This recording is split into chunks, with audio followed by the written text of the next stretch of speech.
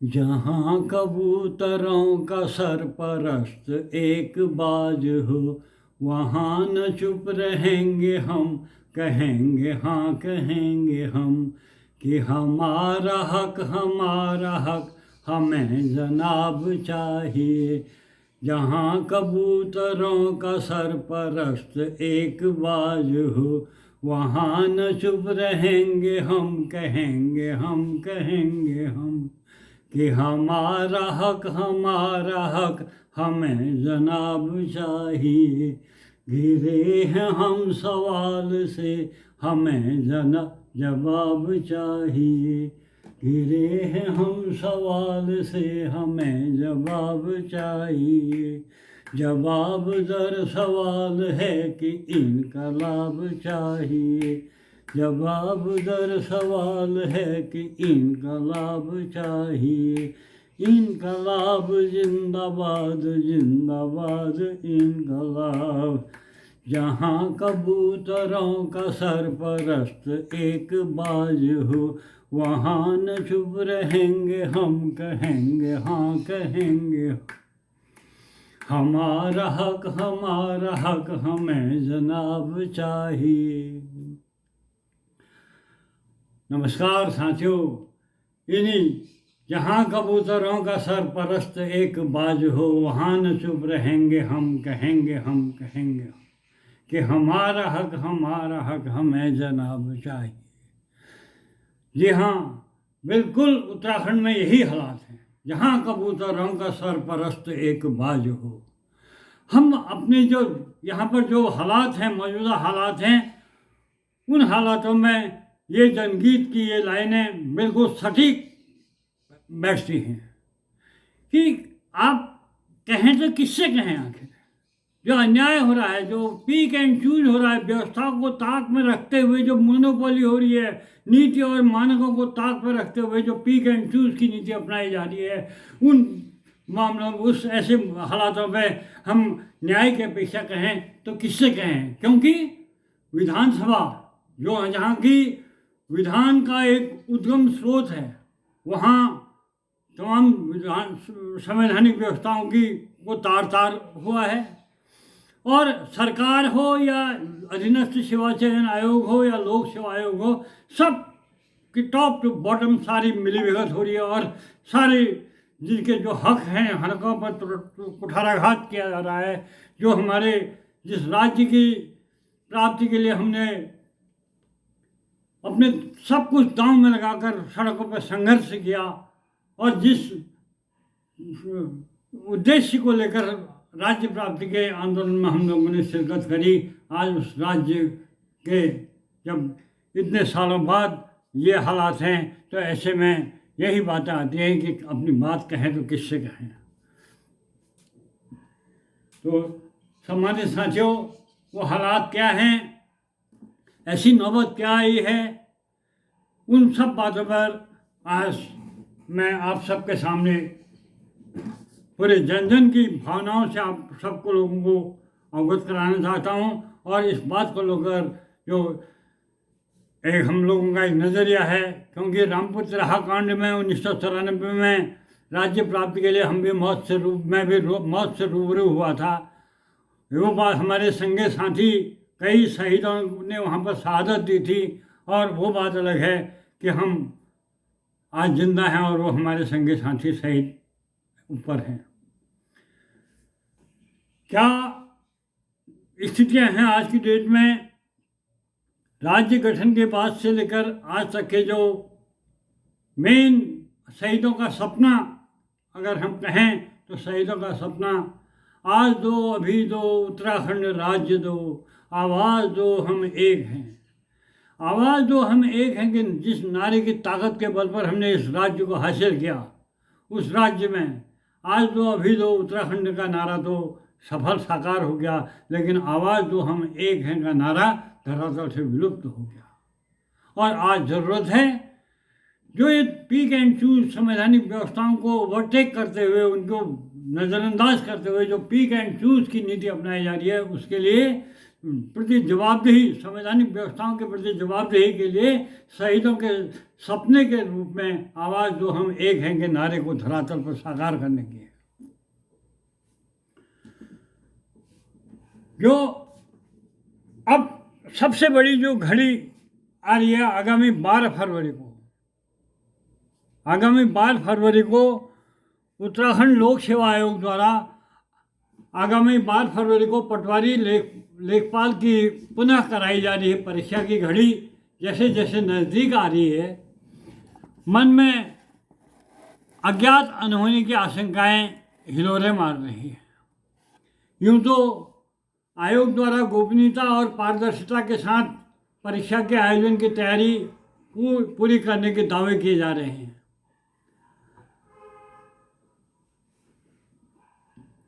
और परीक्षा में सम्मिलित होने वाले अभ्यर्थियों को उनके प्रवेश पत्र के आधार पर निःशुल्क यात्रा सुविधा दिए जाने हेतु उत्तराखंड परिवहन निगम की ओर से स्पष्ट आदेश भी जारी कर दिए गए हैं। ऐसे में जब परीक्षा देने के लिए दूर दराज से आने वाले अभ्यर्थी अपने अभिभावकों का आशीर्वाद और शुभकामनाओं के साथ बस में बैठकर गंतव्य की ओर रवानगी कर रहे होंगे, ऐसी अज्ञात अनहोनी की आशंका मन में नहीं आनी चाहिए थी। लेकिन गहन पड़ताल करने पर इन आशंकाओं के पीछे जो वजह है उन्हें नकारा भी नहीं जा सकता है, और ये ऐसी वजह हैं जिनके विद्यमान रहते लगता है कि मौजूदा संदेहास्पद परिदृश्य में इस परीक्षा को तत्काल प्रभाव से स्थगित किया जाना चाहिए। 12 फरवरी को दोबारा हो रही यह परीक्षा ऐसे समय में होने जा रही है जब भर्तियों में हुई धांधलियों को लेकर लोक सेवा आयोग एवं अधीनस्थ सेवा चयन आयोग से राज्य के समूचे जनमानस का विश्वास पूरी तरह उठ चुका है। इन धांधलियों की जांच सीबीआई से कराने की मांग को लेकर गुस्साए बेरोजगारों का आंदोलन चरम पर है। 9 फरवरी को आंदोलित बेरोजगारों पर हुए लाठीचार्ज से उनके कपाल से बह रहे खून को देखकर हर वर्ग में उबाल है। 9 फरवरी को ही जहां एक ओर मुख्यमंत्री ने विशेषाधिकार का प्रयोग करते हुए नकल विरोधी अध्यादेश 2023 का अनुमोदन कर इसे गवर्नर को भेजा और यह संदेश देने की कोशिश की गई कि नकल रोकने के लिए यह देश का सबसे सख्त कानून है, लिहाजा अब कोई गड़बड़ी नहीं होगी। दूसरी ओर लोक सेवा आयोग द्वारा इसी तिथि को परीक्षा नियंत्रक के पद से श्री सुंदरलाल सेमवाल जी को हटा दिया गया। फिलहाल परीक्षा नियंत्रक का अतिरिक्त कार्यभार हरिद्वार के सिटी मजिस्ट्रेट अवधेश कुमार सिंह को दे दिया गया है। गोपनीयता एवं पारदर्शिता के साथ परीक्षा संपन्न कराने के लिए संवैधानिक व्यवस्था में पहले से ही जो विधिक दायित्व निर्धारित हैं उनका निर्वहन सत्यनिष्ठा के साथ सही ढंग से हुआ होता तो ये आपराधिक घटनाएं घटित नहीं हुई होती। लिहाजा सबसे पहली ज़रूरत उसे चिन्हित करने की है जिसके द्वारा अपने दायित्वों का निर्वहन करने में लापरवाही की गई। इससे इस बात का पता स्वतः ही चल जाएगा कि आखिर किसकी लापरवाही से यह आपराधिक घटना घटित हुई। असली जवाबदेही को कटघरे में डाले बिना चाहे नकल रोकने के लिए ऐसे कितने ही सख्त कानून बन जाएं, उसे असल मुद्दे से ध्यान भटकाने वाले के साथ ही ढकोसला ही कहा जाएगा। लिहाजा ज़रूरत है सिस्टम के अनुरूप जिसके जो दायित्व हैं उनमें अगर वह खरा नहीं है तो उसके खिलाफ जवाबदेही तय कर सख्त कार्रवाई करने की। न्याय व्यवस्था का सिद्धांत भी यही है कि ignorance of law is no excuse, अर्थात कानून की अवहेलना की माफ़ी नहीं होती है। जो सिस्टम पहले से है उसे फुल प्रूफ करने के बजाय यदि कानून का भय दिखाकर सिस्टम में सुधार की बात की जाए तो यह सभ्य समाज के लक्षण नहीं है। अगर यह दिखाने के लिए परीक्षा नियंत्रक को हटाया गया है कि 12 फरवरी की परीक्षा के लिए सब ठीक ठाक कर दिया गया है तो यह एकदम गलत है। ऐसे में तो यह और भी गलत है जब 2 दिन बाद परीक्षा हो और परीक्षा नियंत्रक को हटाकर उसका अतिरिक्त कार्यभार सिटी मजिस्ट्रेट को दे दिया जाए। मौजूदा संवेदनशील माहौल में परीक्षा नियंत्रक के पद पर फुल टाइम अधिकारी की तैनाती अति आवश्यक थी और यह भी सवाल है कि 12 तारीख को होने वाली परीक्षा के प्रश्न पत्र जो परीक्षा नियंत्रक की कस्टडी में होने चाहिए, उस परीक्षा के ठीक 2 दिन पहले अचानक बिना कोई कारण बताए परीक्षा नियंत्रक को आखिर क्यों हटा दिया गया। भगवान करे ये सब आशंकाएं निर्मूल हो, लेकिन अगर जो पूर्व में जिस ढंग का पेपर लीकेज या नकल की घटनाएं सामने आई, उजागर हुई, वही अगर इस 12 तारीख की परीक्षा में भी अगर ऐसा ही हो जाता है तो उसके लिए कौन जवाबदेह होगा, ये सबसे बड़ी बात है। तो सम्मानित साथियों, इस पूरे घटनाक्रम में सबसे बड़ी बात जो अहम सवाल ये हैं, जो पूरी व्यवस्था को से पूरे जो दावे होते हैं सब लोगों के, बिल्कुल संविधान की शपथ खाते हुए जो अपने अपने दायित्वों का निर्वहन करने के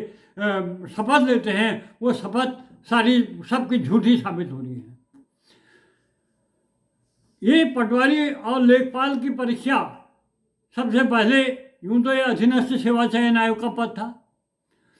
लेकिन ये ट्रांसफर हुआ लोक सेवा आयोग को। एक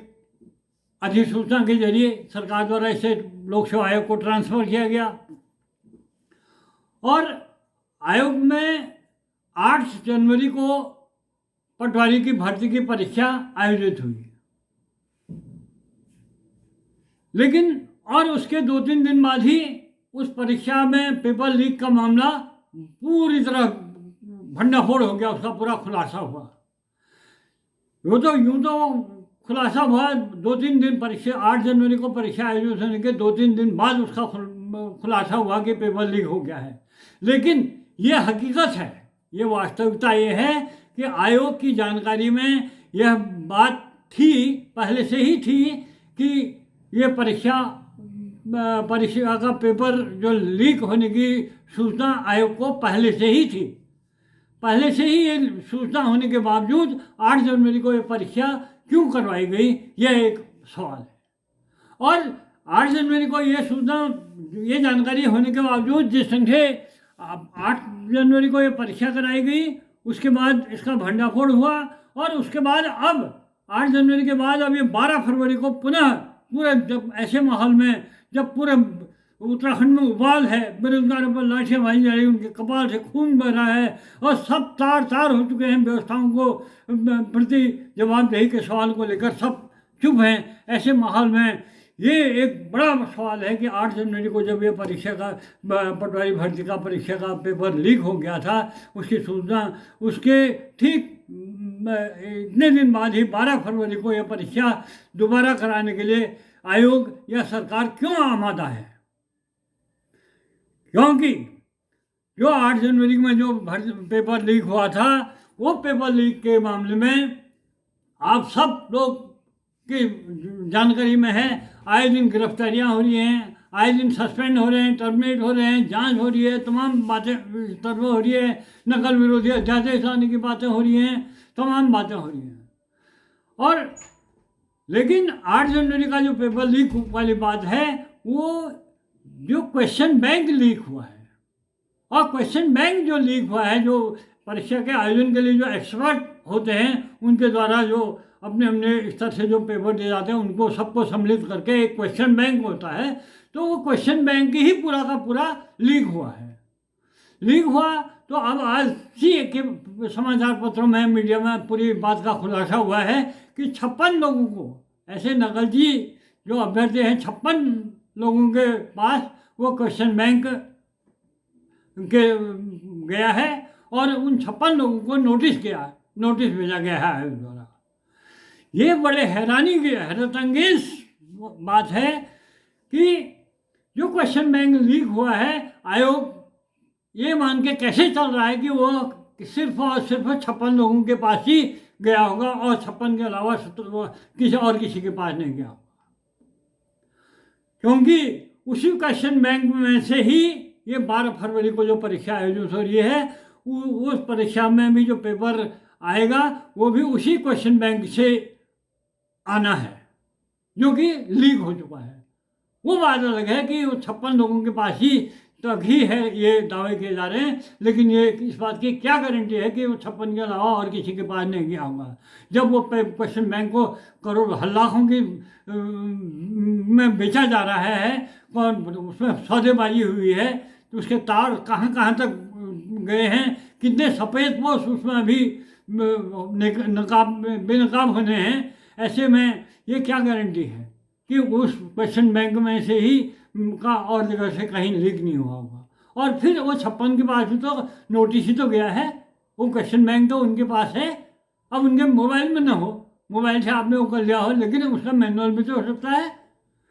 क्या गारंटी है। और ये तय है कि 12 फरवरी को जो परीक्षा आयोजित होनी है, उसका अलग से कोई एक्सपर्ट ने कोई अलग से क्वेश्चन पेपर नहीं बनाए हैं, कोई अलग से क्वेश्चन बैंक आयोग द्वारा तैयार नहीं किया गया है, बल्कि 8 जनवरी को जो परीक्षा आयोजित हुई थी, उसी क्वेश्चन बैंक जो लीक हुआ है, उसी से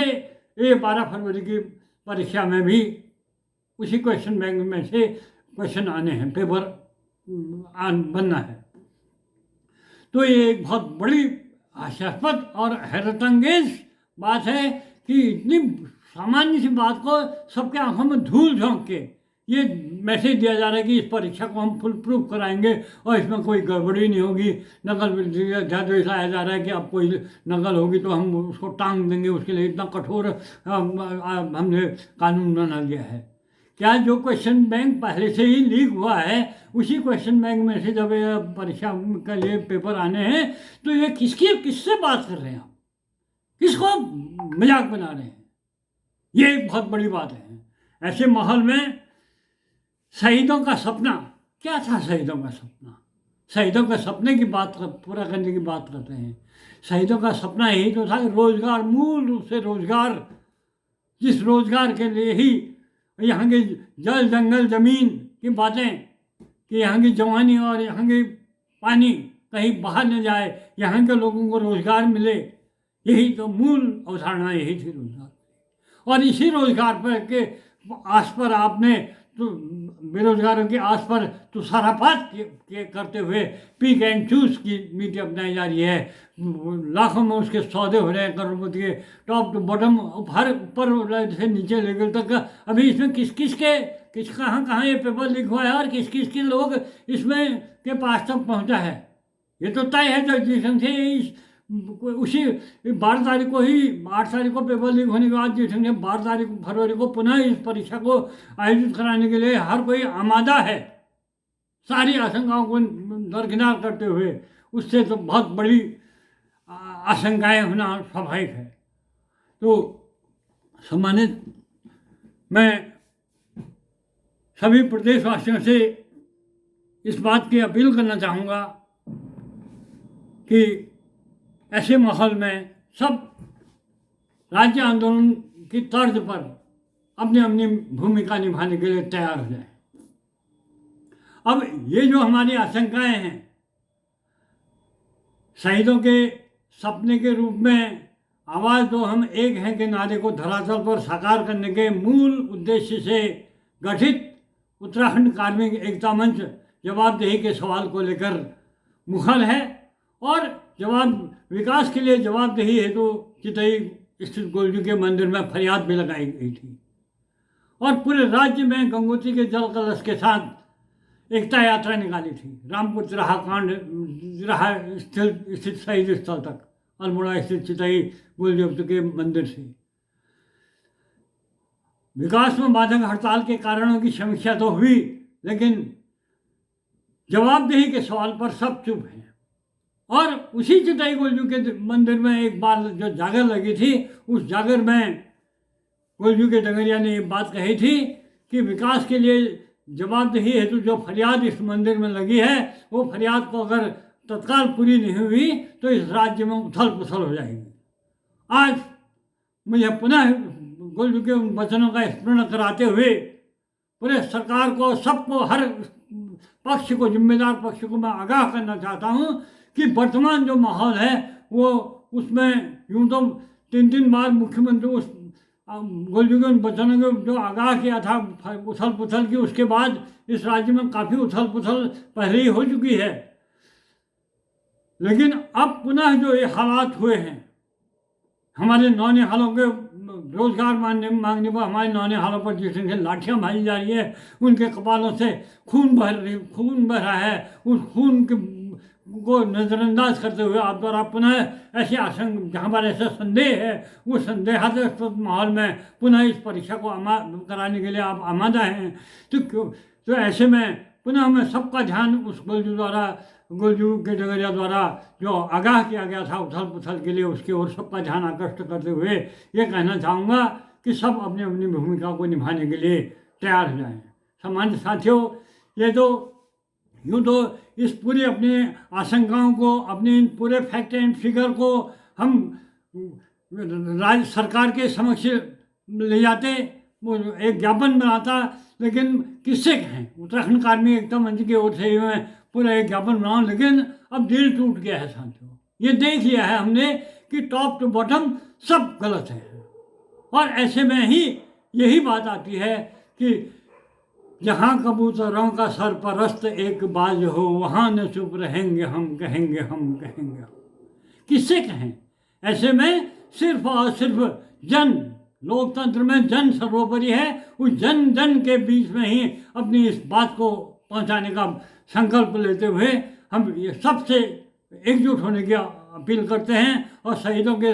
सपने के रूप में, जवाबदेही के लिए शहीदों के सपने के रूप में आवाज़ दो हम एक हैं के नारे को धरातल पर साकार करने के लिए एक होने का आह्वान करते हैं। तो सभी लोगों से अपेक्षा है कि इसमें त्वरित भूमिका निभाते हुए आवाज़ दो हम, जवाबदेही के लिए आवाज़ दो हम एक हैं के नारे के साथ सब लोग एकजुट होकर इस पूरी जो पीक एंड चूज का माहौल है, मोनोपोली हो रही है, उसके खिलाफ सड़कों पर आएँ और एकजुट होकर इस सरकार को बता दें कि ये मोनोपोली नहीं चलेगी। धन्यवाद।